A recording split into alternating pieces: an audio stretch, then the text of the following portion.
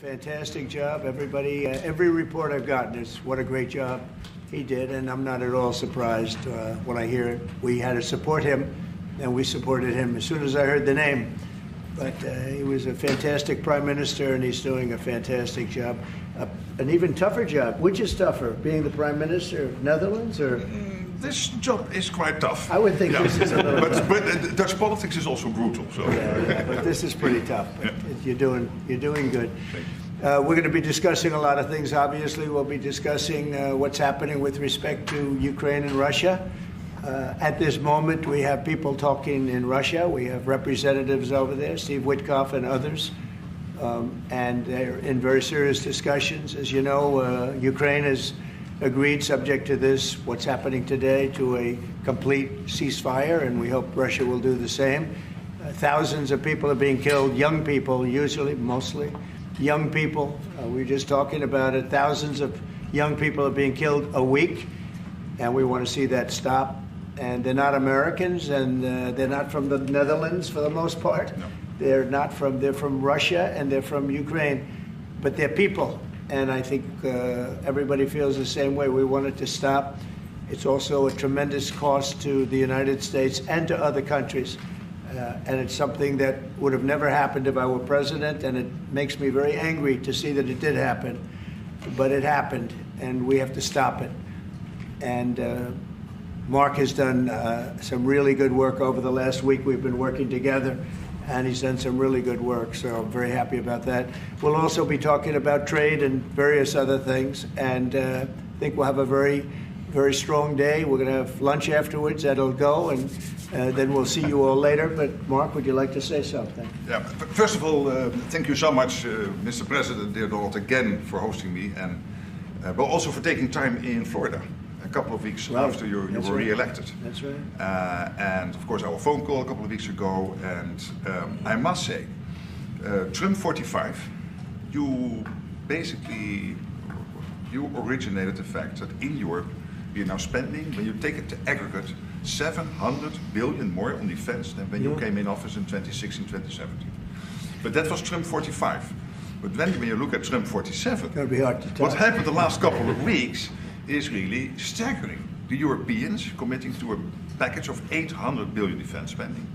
The Germans now, potentially up to $500 billion extra in defense spending. And then of course you had Keir Starmer here, the British Prime Minister, and others, all committing to much higher defense spending. We're not there, we need to do more, but I really want to work together with you in a run-up to the Hague Summit to make sure that we will have a NATO which is really reinvigorated under your leadership, and we are getting there. We also discuss defense production, because we need to produce more weaponry. We are not doing enough. And not in the US, not in Europe, and we are lacking behind when you compare to the Russians and the Chinese. And you have a huge defense industrial base. Europeans buying 4 times more here than the other way around, which is good because you have a strong defense industry, but we need to do more there to make sure that we ramp up the production and kill the red tape. So I would love to work with you on that. And finally, Ukraine. You broke the deadlock. As you said, all the killing, the young people dying, cities getting destroyed. The fact that you did that you started the dialogue with the Russians, and the successful talks in Saudi Arabia now with the Ukrainians. I really want to commend you for this. So, The Hague is my hometown. I love to host you there in the summer and work together to make sure that that will be a splash, a real success, projecting American power on the world stage. What Mark is saying is when I first went to NATO, my first meeting, I noticed that very few people were paying. And if they were, they weren't paying their fair share. There were only 7 countries that were paying what they were supposed to be paying, which was... Yeah, it's even worse. Could be even worse. But there were just very few countries that were paying, and even the paying, it was at 2%, which is too low. It should be higher. It should be quite a bit higher. But you had Poland, and I remember Poland was actually paying a little bit more than they were supposed to, which I was very impressed with. They've been actually terrific, and some of the others. But most of them weren't paying, or they were paying very little. And I didn't think it was appropriate to bring it up there, but I said it's going to be brought up at my next meeting. And my next meeting, the first meeting, you want to give them a little break. The second meeting, it began. And I was able to raise hundreds of billions of dollars. I just said, we're not going to be involved with you if you're not going to pay. And the money started pouring in, and NATO became much stronger because of my actions and working along with a lot of people, including Mark. But they would not pay for other presidents, and I don't think other presidents even knew that they weren't paid. I asked first question, has everybody paid up? And literally, I mean, they told me 7. You could be right, it could be 3, but that makes it even worse. But they just weren't paying. And I said, no, I won't protect if you're not paying. If you're delinquent or if the money isn't paid, why would we do that? And as soon as I said that, you got a little hit from the press because they said, oh, gee, that's not very nice. But if you said the other, nobody would have paid. And the money started coming in by the billions. And, hundreds of billions of dollars flowed into NATO, and NATO became strong. Yeah. And you remember that. Your predecessor, who I thought was a very good man. Absolutely, Jens Stoltenberg. He sends his best greetings. He was terrific. Stoltenberg, Secretary General. And he made the statement that when Trump came in, the money started coming in like we never saw before. Hundreds of billions, actually probably close to $600 billion came in. And NATO became strong from that standpoint. And now we have to use it wisely, and we have to get this war over with, and you'll be back to a normal, much more normal life. And maybe we're close. We're getting words that things are going okay in Russia, and it doesn't mean anything until we hear what the final outcome is. But they have very serious discussions going on right now with President Putin and others, and hopefully they all want to end this nightmare. It's a nightmare. It's a horrible thing when you look. I get pictures every week. They give me the pictures of the battlefield, which I almost don't want to see. It's so horrible to see young people laying arms and legs and heads laying all over the field. It's the most terrible thing that you'll ever see. And it's got to stop. These are young people with mothers and fathers and sisters and brothers and friends. And it's got to stop. So we hopefully are going to be in a good position sometime today to have a good idea. We know where we are with Ukraine, and we are getting good signals outside of Russia as to where we are with Russia. And hopefully they'll do the right thing. It's really humanity. We're talking about humanity. We're not talking about the money. But then you add the money to it, and hundreds of billions of dollars is being spent and really wasted so unnecessarily. It should have never happened. So it's an honor to have you here. They picked a great gentleman. I'll tell you, I was so happy to hear, because you had somebody, Stoltenberg was really good, and you have somebody that's going to do an incredible job. And I was so much in favor of you. You have no idea. They had another person that I did not like. I was not happy. And I think I kept him from, you know what I'm talking about. I said, this is the right man to do it. And he really did. He was a great prime minister of the Netherlands. He did a great job. And that's what he's doing right now. So thank you, everybody, for being here. And it's a very great honor to have you. And we even have some of our great energy people here today, right? We have the governor, and we have Chris. You know Chris, right? Absolutely. He's supposed to be the most talented man in the world of energy, according to the governor. So I don't know if he's right. And we have General. You've been fantastic. Thank you very much. And we have a lot of good people that won't be so much involved with this, but they wanted to see what was happening. It's become a little bit of a show, but they wanted to see what was happening, and I think a lot of good things are happening. So with that, if anybody would have a question. Mr. President, on Russia. Please, go ahead. Sorry. Steve Witkoff's trip to Moscow, you spoke about it.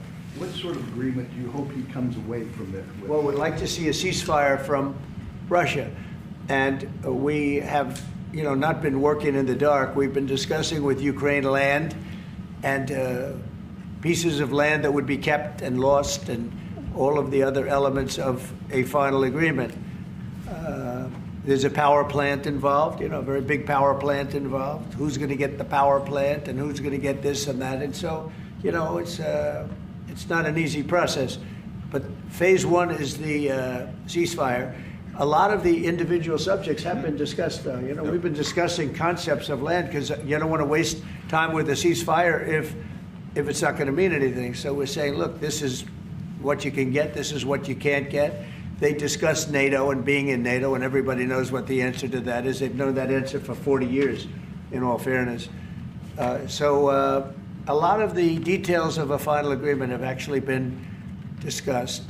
Now we're going to see whether or not Russia's there, and if they're not, it'll be a very disappointing moment for the world. Yeah. And Vladimir Putin just said he is open to a ceasefire, but he does still have some concerns. He suggested that you two should speak directly. Do you have plans to speak to him soon? If so, when? Are you confident you can get this across the finish? Sure. He did say that today. It was a very promising statement because other people are saying different things, and you don't know if they have anything to really, if they have any meaning, or I don't know. I think some of them were making statements. I don't think they have anything to do with it. No, he put out a very promising statement, but it wasn't complete. And yeah, I'd love to meet with him or talk to him. But we have to get it over with fast. You know, every day people are being killed. It's not like, as we sit here, 2 people will be killed. Think of it. 2 people are going to be killed during this little period of time. Thousands of people a week are dying. So we really don't have very much time. We have to make this fast. It shouldn't be very complicated. Thank you, Mr. President. Yes. A representative of Canada, the finance minister, are in town and will meet members of your administration during the day. Any chances that you will ban on the tariffs on aluminum and the ones that are planned for April 2nd? No. You are not going to change your No, mind? not. Look, we've been ripped off for years, and we're not going to be ripped off anymore. No, I'm not going to bend at all. Aluminum or steel or cars. We're not going to bend. We've been ripped off as a country for many, many years. We've been subjected to costs that we shouldn't be subjected to. In the case of Canada, we're spending $200 billion a year to subsidize Canada. I love Canada. I love the people of Canada. I have many friends in Canada. The great one, Wayne Gretzky, the great. Hey, how good is Wayne Gretzky? He's the great one.